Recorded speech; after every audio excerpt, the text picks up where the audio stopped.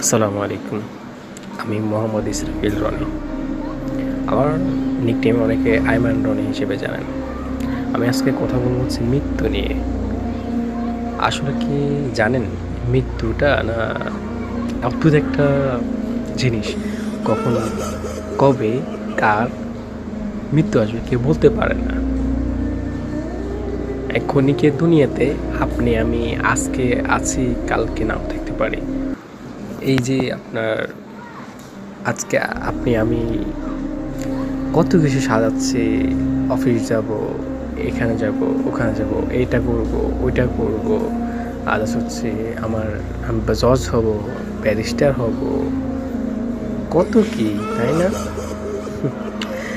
একটু পর আল্লাহ না করুক, অনেকে একটু পরে 1-1.5 মিনিট পরেও এই ভাবনার পরে তার মৃত্যুটা হয়ে যায়।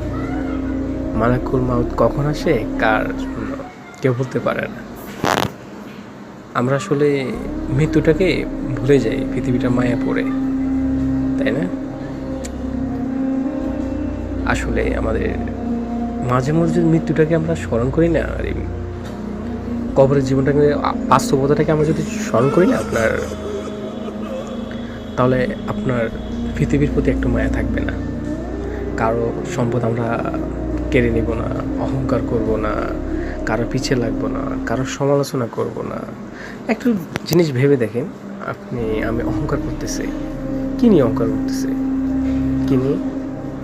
আপনার বাড়ি আছে, গাড়ি আছে, কত কিছু আছে, কি কোনো কিছু কি থাকতেছে? থাকবে? থাকবে না।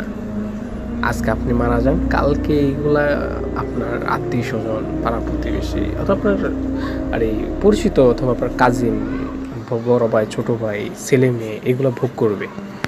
আপনার বেশি না। আর এই আল্লাহ যদি আপনাকে একটা ক্ষমতা দেয়, আপনি কবর থেকে আসতে পারলেন 5 বছর, 10 বছর অথবা 100 বছর পরে, আপনি দেখবেন আপনার সম্পত্তি কি ওরা আপনাকে চিনতেছেও না। আপনি এক জিনিস ভেবে দেখেন, আপনার দাদার দাদা, দাদার দাদা কাউকে চেনেন আপনি? চেনেন না। আর 100 যুগ বলতে তো আপনি 100 বছর মানে হচ্ছে আপনার দাদার দাদা দাদা, এরকম। আমরা আমার দাদাকে চিনি, দাদার বাপকে একটু অনেকে চেনে, অনেকে দাদার বাপকেও চেনে না। আপনার দাদার দাদা কীভাবে চিনবেন আপনি? সাইন